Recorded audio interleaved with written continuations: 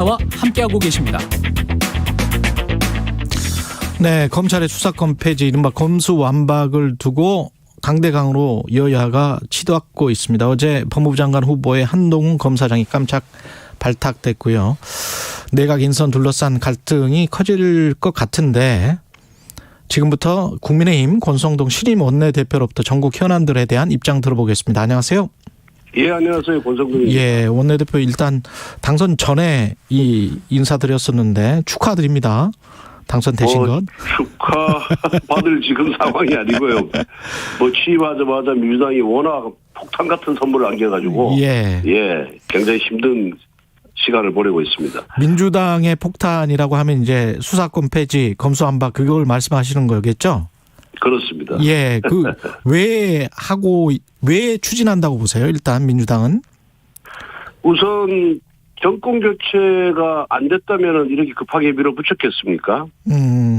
그러니까 결국은 민주당 내에 이 권력형 부정부패에 대한 수사를 검찰 수사를 막을 심산으로 저는 이걸 추진하고 있다 이렇게 보고 있거든요. 예. 그럼 누구가 그 수사 대상이 되는 누군가는 제가 굳이 안 해도 아마 국민 여러분들이 잘 아실 것이다 이렇게 생각을 하고 있습니다. 그런데 민주당의 많은 의원들하고 제가 대화를 해보면은 예. 정말 왜 이런지 모르겠다. 또 지방선거에서 패배하려고 그러는 거 아니냐 하면서 걱정과 한탄하는 의원들이 많아요. 그런데 워낙 강경파가 득세를 하다 보니까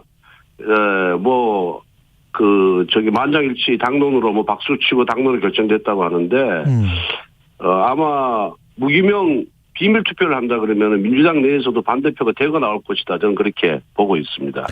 근데 가령 이제 중수청을 민주당 생각대로 중수청을 설치하든 경찰에서 수사를 하든 간에 지금 말씀하신 것들 그러니까 이제 나중에 윤석열 정부가 되면 이전 정권의 어떤 부패 관련된 수사랄지 대선 기간 동안에 나왔던 부정부패와 관련된 수사랄지 이런 것들이 안 될까요? 될 것 같은데요. 중수청 어차피 그러니까 제가 배포 양보를 해서 중대범죄수사청이든 한국형 FBI든 이걸 설치한다고 했을 때 그 기관만 만들어 놓으면 그 기관에서 수사 성과를 거둘 수가 있냐? 못 건드리잖아요. 그 새로운 기관이 수사를 할 수 있는 그런 여건을 만들려면 충분한 그런 유예기간을 둬야 되는 거예요. 그러니까 수사기관 하나 만들었다고 해서 수사가 그냥 이루어지는 게 아니잖아요. 공수처를 보십시오. 1년을 지났는데 제대로 된 부정부패 사건 한 건도 지금 못하고 있어요. 왜 못하냐고 공수처장한테 물어보면은 그만한 그런 부정부패 사건을 적발할 만한 수사 능력이 부족하다는 거예요. 수사 인원도 부족하고 아직은. 순천지청 정도의 사이즈니까 규모가. 그러니까 사이즈가 그런 게 아니라 기본적으로 수사라는 것이 그 노하우가 있고 기법이 있거든요. 근데 이건 하루아침에 이루어지는 것이 아니에요. 이게 약간 도제식으로 선배가 후배한테 이렇게 승계하는 거거든요. 그러면 아무나 검사 대통령에서 니 이거 수사해봐라 가지고 수사 성과가 안 나온다니까요. 그러니까 그런 부분에 대한 준비도 전혀 안 된 상태에서 검찰 수사권부터 먼저 빼앗겠다라고 얘기를 하니까 심지어는 참여연대나 경실연대 이런 소위 민주당과 괴를 같이 해왔던 이런 시민단체에서도 반대를 하는 것이고 대한변협도 반대하는 거 아니겠습니까? 그래서 새로운 제도를 만들려면은 그 제도가 안착할 때까지 충분한 기간을 줘야 돼요. 그 기간도 안 주면서 검찰 수사권 뺏고 3개월 후에 중수청 만들겠다는 거는 그야말로 졸속이법이죠. 자기 스스로 우리가 준비가 안 됐다. 대한 말이 충분하지 않다는 것을 인정하는 겁니다. 그렇잖아요. 그러면은 수사권을 빼앗고 중수청을 만들면 중수청 만드는 기간까지는 수사권을 줘야죠. 안 그렇습니까? 자기들 논리대로 하면은. 알겠습니다. 그럼 그 사이에 수사 공백은 누가 책임집니까? 어제 민주당 이수진 의원 이야기는 이렇던 것 같더라고요. 그러니까 만약에 정권이 바뀌고 난 다음에 윤석열 대통령 하에서라면 이게 거부권 행사할 가능성이 높고 그래서 지금 우려하시는 부분들 같은 경우는 수사 기소권을 먼저 분리를 시켜놓는 법안을 통과한 다음에 3개월 정도 유예 기간을 두고 그때 이렇게 차차 해서 검사들도 다 수사를 하고 싶은 검사들은 자리를 옮기면 되는 거 아니냐. 뭐 이런 식으로 이야기를 하던데 어떻게 보세요? 그거는 정말 본인 스스로 이 졸속 입법이고 이 수사권 조정에 대해서 준비가 안 돼 있다는 것을 드러나는 것이거든요. 예. 왜냐하면은 모든 조직이라든가 이 시기로 톱니바퀴처럼 이렇게 맞물려서 들어가야 되는 거예요. 예. 그러니까 그 주장은 말이 안 되는 주장이고 보십시오. 거기 황운하 의원은 뭐라 그랬습니까? 부정부패 사건에 대한 수사 자체를 증발이 된다. 그러니까 우리 수사 안 받는다 이거죠. 민주당의 권력형 비리에 대해서 수사를 우리가 수사받을 가능성을 없애는 거니까 이걸 만들자라고 지금 의원들을 선동하는 거 아니겠습니까? 그래서 이 법안이 제대로 되려면은 우선 경찰은 수사 능력이라든가 수사 인원이 부족해서 민생 치안 범죄 사건도 제때 처리를 지금 못하고 있는 그런 지경이고요. 예. 그리고 공수처는 정말 특별수사기관을 만들어놨는데 아무런 역할을 못하고요. 그다음에 중수청이 만들어져서 재개도 오르려면 최소한 5년에서 10년이 걸립니다. 그러면 그 사이에 부정부패 사건에 대한 면죄부를 주는 겁니다. 이것이 그 피해는 일반 국민에게 돌아가는 거예요. 지금 그러니까 정치인이라든가 뭐 고위공직자라든가 권력자들이 부정부패 사건을 저지르지 일반 서민들이 부정부패 근처도 못 가보잖아요. 그러면 이러한 부정부패 사건에 대한 면죄부를 주는 것에 대해서 국민이 용납을 하겠습니까? 그리고 이미 2년 전에 검찰개혁이 완성됐다라고 문재인 대통령과 민주당이 선언을 했어요. 네. 그렇지 않습니까? 그때 이미 공수처 설치하고 검경 수사권 조정이 이루어졌지 않습니까? 그럼 그때 6대 중대범죄에 대한 수사권을 검찰로부터 빼앗을 수도 있었어요. 그때 같은 논리라면은. 예. 그때는 안 하고 있다가 왜 지금 와서 이걸 하냐. 그 이유는 대선에서 패배했고. 그다음에 윤석열 당선인이 검찰 출장 출신이기 때문에 검찰권을 활용해서 자기들을 처벌할지도 모른다는 그 불안감에 그런 우려감이 하는 건데 윤석열 당선인은 검찰 수사에 관여 안 하고 개입 안 하겠다. 모든 것이 법과 원칙에 따라서 또 시스템에 따라서 운영되도록 하겠다라고 이미 선언을 했어요. 그리고 일어나지도 않은 일을 갖고 마치 일어나는 것으로 기정사실화하고 이렇게 난리법석을 떠는 것을 보면은 민주당의 부정과 비리가 얼마나 많으면 이렇게 나오겠느냐. 이렇게 국민들이 의심하는 거죠. 근데 권성동 의원님도 2019년에 그랬었던 것 같고 윤석열 당선인도 사실은 수사 기소권 분리는 아주 바람직한 방향이다라는 말을 했거든요. 아니, 그러니까 그 얘기를 자꾸만 그 뒤에 부분을 떼고 민주당이 얘기하는데 제가 말씀드린 취지는 수사와 기소의 분리가 앞으로 나아갈 방향이지만은 경찰 수사의 능력이 검찰 수사 능력만큼 올라갈 때까지는 불가피하게 검찰의 수사권을 놔둬야 된다. 중대범죄에 대한 수사권은 남겨둬야 된다라고 제가 얘기를 했고 그런 방향으로 제가 법안을 제출해서 제가 제출한 법안을 보면은 검찰 수사권을 폐지한 거 아니에요. 대체적인 수사권 상당수 범죄에 대한 수사권은 경찰로 넘기되 중요 범죄에 대한 수사권은 검찰에 남겨둬야 된다는 것이고요. 그다음에 또 하나의 주장은 검찰이 보안 수사 요구권을 가져야 된다고 제가 주장했습니다. 보안 수사 요구권. 왜냐하면은 경찰 수사를 하면은 검찰로 송치를 하잖아요. 기소는 검찰에서 해야 되잖아요. 그런데 기소의견이 올라왔는데 기소를 할 수 없을 정도의 지경이 되면은 검찰에서 보안 수사를 해야죠. 또 보안 수사를 경찰이 요구를 해야죠. 그런데 지금처럼 수사권을 완전히 폐지하면은 경찰에 대해서 이거 이런 부분 증거로 부족하니까 좀 더 확보해라라는 얘기조차도 못 하는 거예요.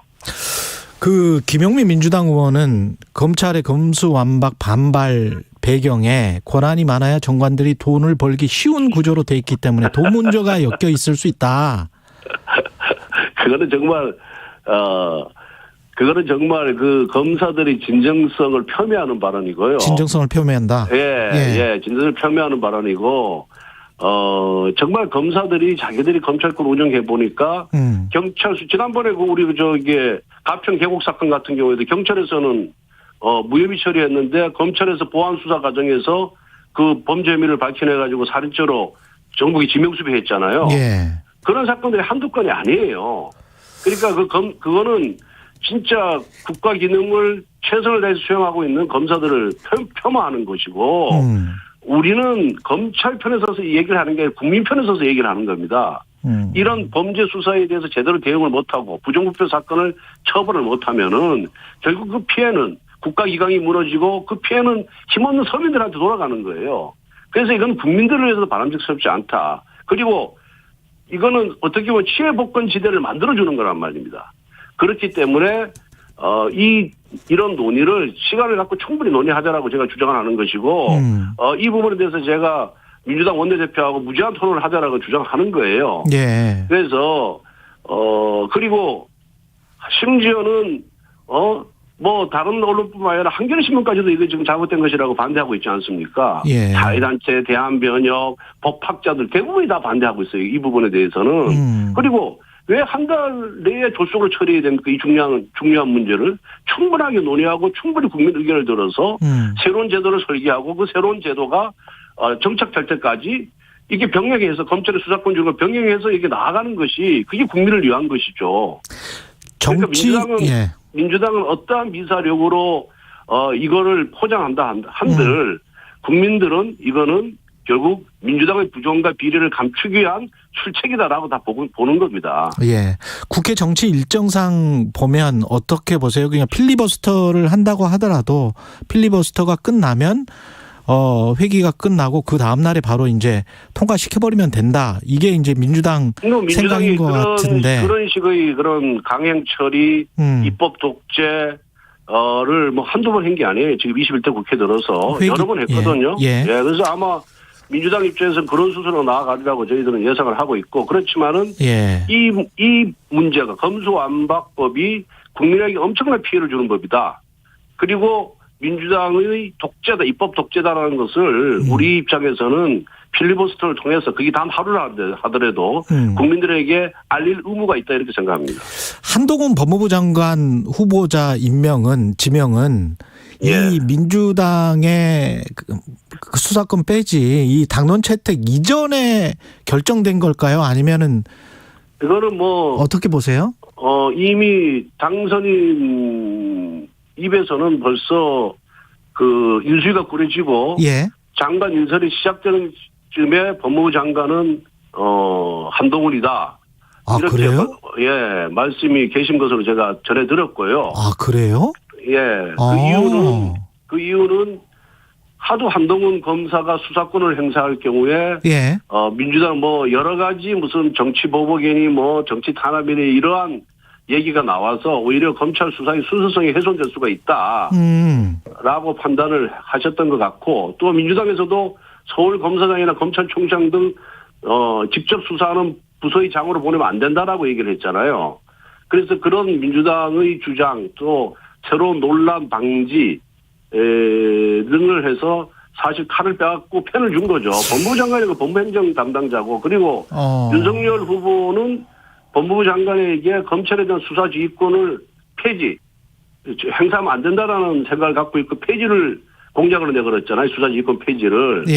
그래서 한동훈 검사가 장관이 된들 또 그게 법제화가 안 된다 하더라도 장관으로서 수사지휘권을 행사할 수 없는 지경이에요. 왜냐하면 대통령이 그렇게 공약을 내걸었기 때문에 그러면 정치 탄압 얘기도 안 나오는 거죠. 알겠습니다. 저는 그것을 고려해서 일찍 내정한 걸로 알고 있습니다. 또 지금 정치적으로 중요한 문제가 안철수 패싱 문제, 합당 문제 이거는 공동정부 구성키로 한 약속이 사실상 파탄 수순 밟는 게 아니냐 뭐 이런 이 우려들이 나오고 있는데 어떻게 보십니까? 글쎄 아마 그 자질과 능력 또 전문성이 있는 분들은 추천을 받은 것으로 제가 알고 있고 뭐 그 과정에서 어떤 논의가 있었는지 모르지만은 어쨌든 간에 합당 수소를 받고 있기 때문에 뭐 그 정신은 아마 계속해서 살아 있을 것이다 이렇게 보고 있습니다. 알겠습니다. 아이고 시간이 좀 더 있었으면 좋겠는데 여기까지 해야 되겠습니다. 국민의힘 권성동 원내대표였습니다. 고맙습니다. 감사합니다. KBS 1라디오 최경영의 최강시사 1부는 여기까지입니다.